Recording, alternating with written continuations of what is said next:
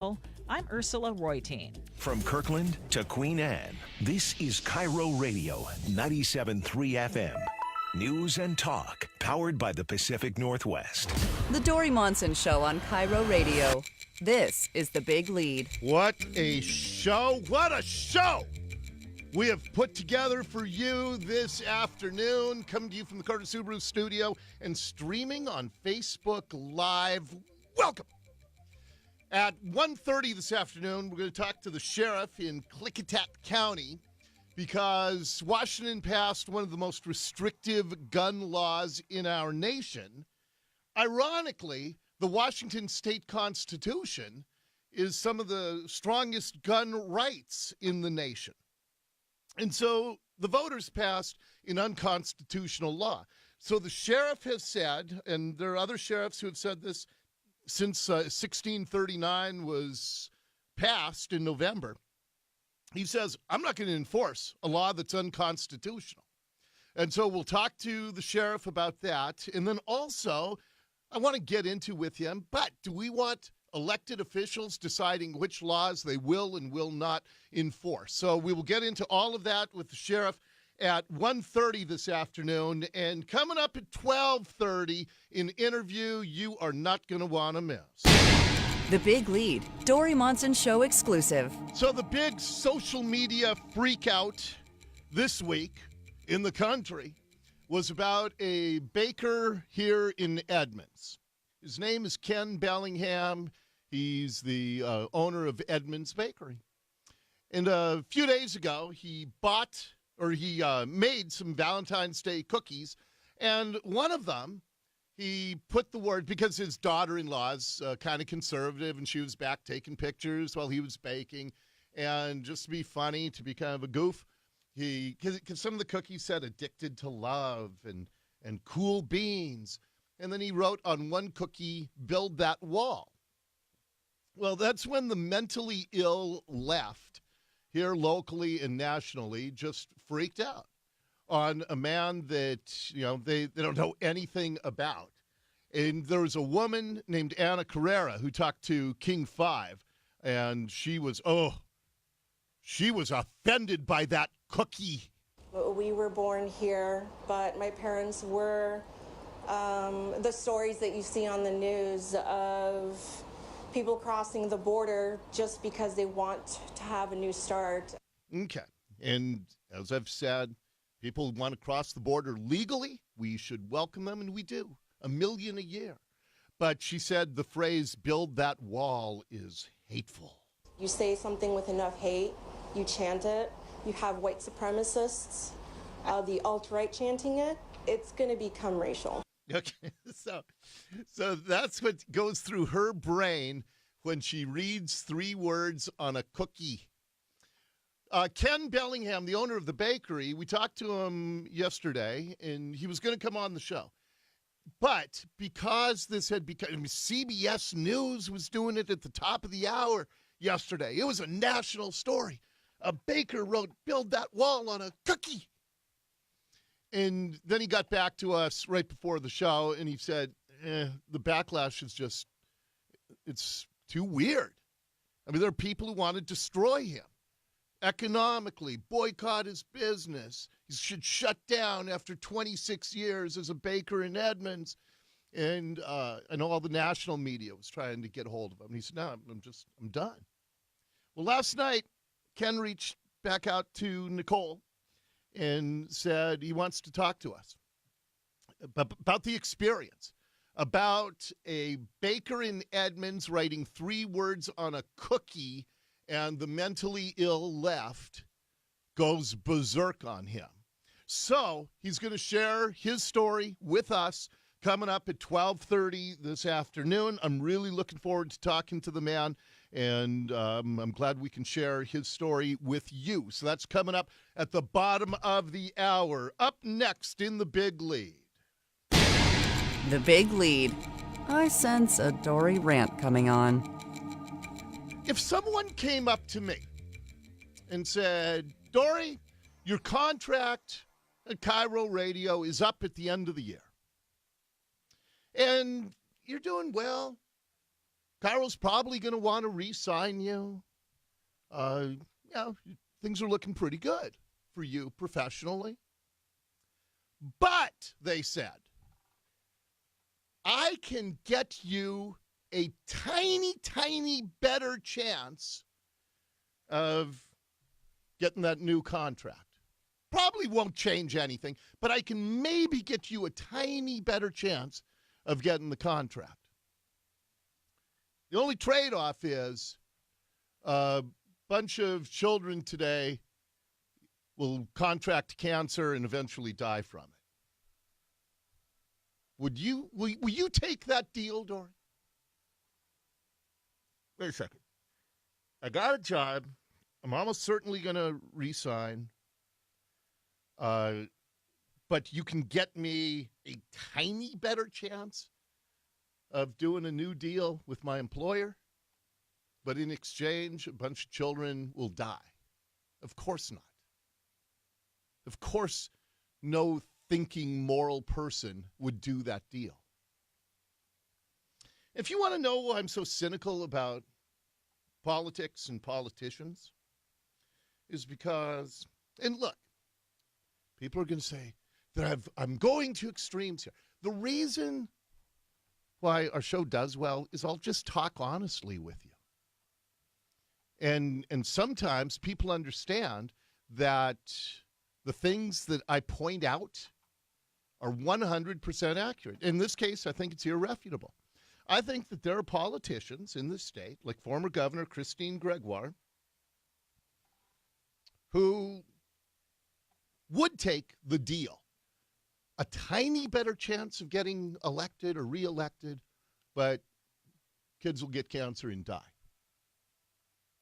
Because that's exactly what happened here in Washington. That's exactly what happened. Let me tell you why I'm bringing all of this up today.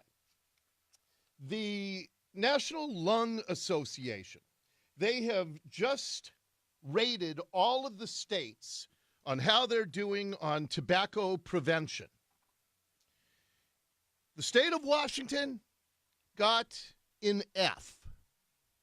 We are about the worst state in the country when it comes to tobacco prevention. Funding for state tobacco prevention programs, an F.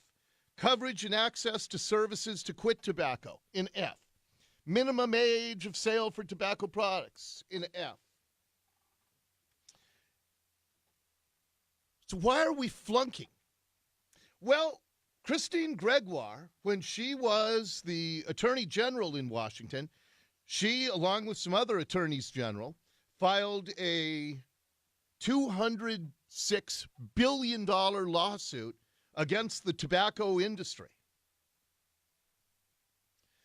And what Christine Gregoire said is, if we win this lawsuit, we will take the money, Washington's share of those hundreds of billions. And I have an AP story, November 21st, 1998. Gregoire announcing that Washington had signed on to the tobacco industry settlement. She said that we will create a special fund for the settlement money. Because Washington was set to get about $4 billion from the tobacco industry. She told reporters, and I quote, "Taxpayers have paid public health costs associated with this product. They are entitled to have those dollars go toward furthering public health." She said that that's what we're going to do with the money. We're going to put it into tobacco cessation. We're going to give smokers the avenue that they can quit smoking. We will have all kinds of prevention programs. That's what she said. But Christine Gregoire is a politician. And like all politicians, they care about power and money more than anything else. And there are very few politicians who care about you and me. And so with the billions of dollars that we got from the tobacco industry, that Christine Gregoire pledged we're going to go to helping people quit smoking and to keep people from smoking, instead, Gregoire as governor, Democrats in control of our state, said, well, wait a second. Let's spend that money on us. We'll put it in the general fund, and then we can use it to give big government payouts to the labor unions that vote for us, to all of the special interests that donate to us. We can pay them back. And so the trade-off was very real. We can put this money into helping people quit smoking, or we can become what today, this is just a story out today from the National Lung Association, or American Lung Association, rather, that our state is tied for the worst in the country when it comes to smoking.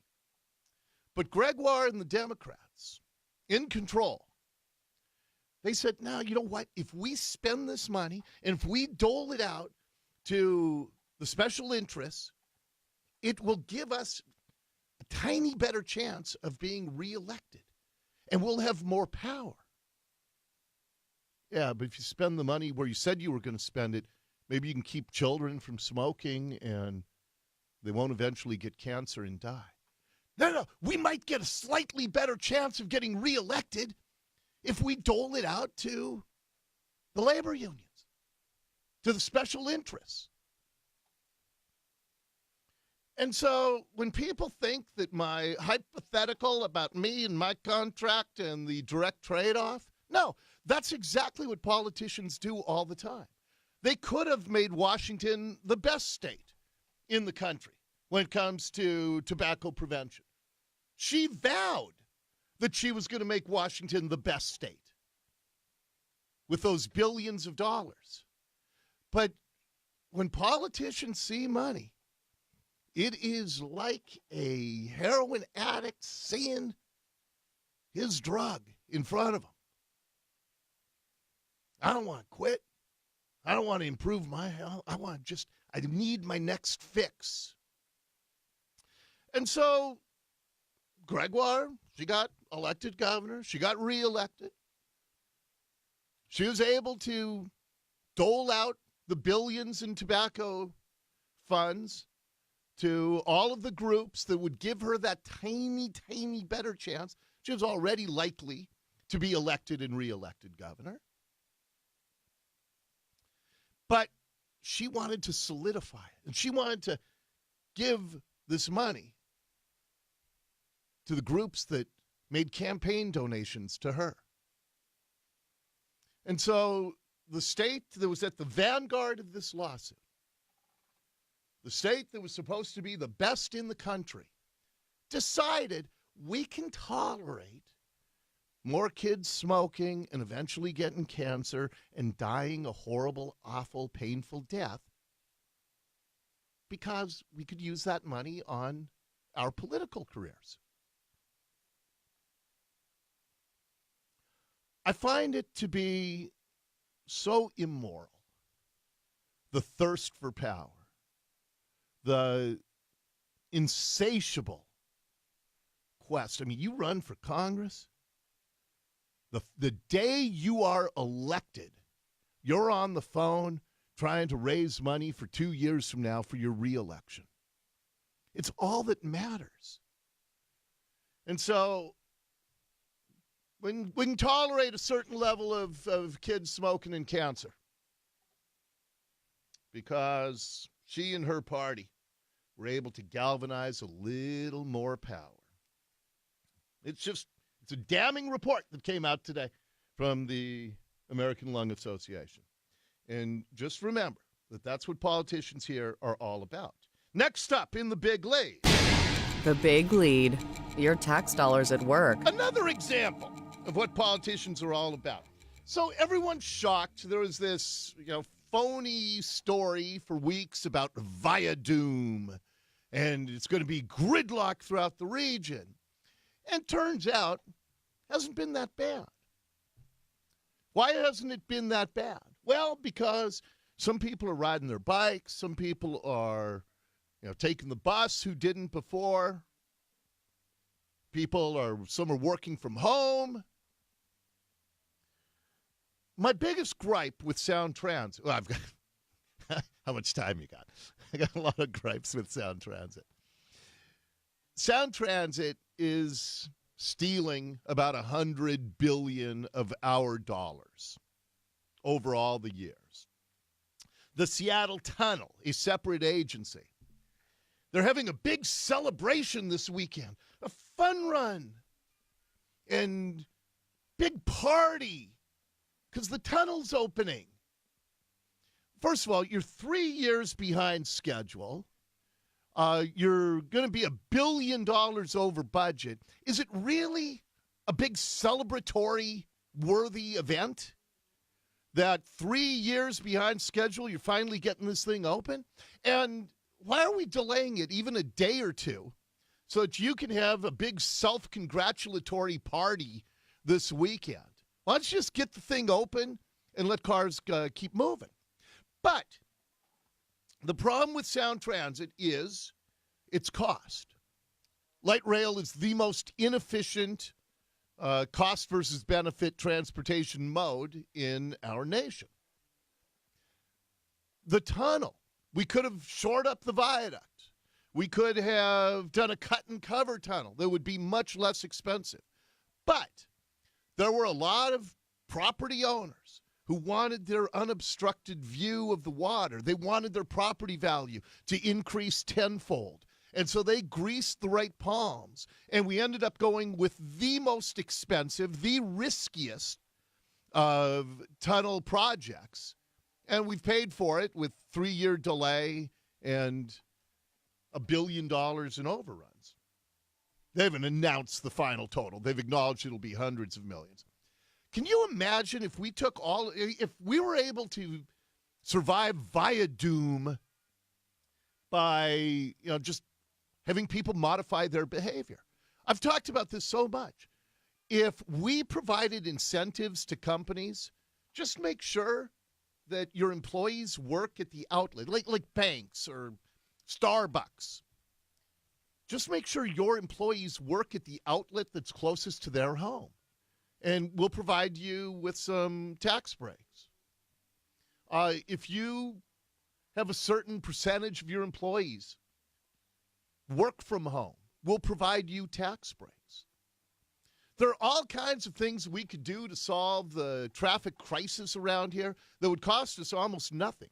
We could have government employees.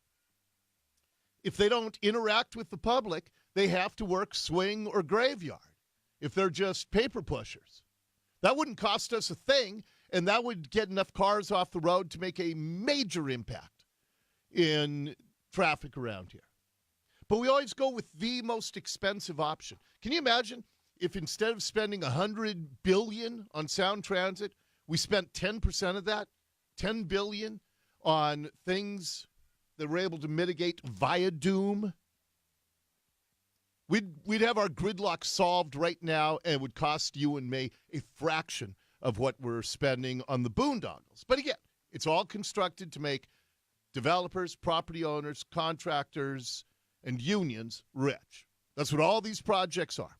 Nothing to do with the stated goal. All of that is your big lead for today. The Big Lead on KIRO Radio. The baker in Edmonds, who's been at the center of a national firestorm because of 3 words on a cookie. He will share his story with you and me next on the Dori Monson Show.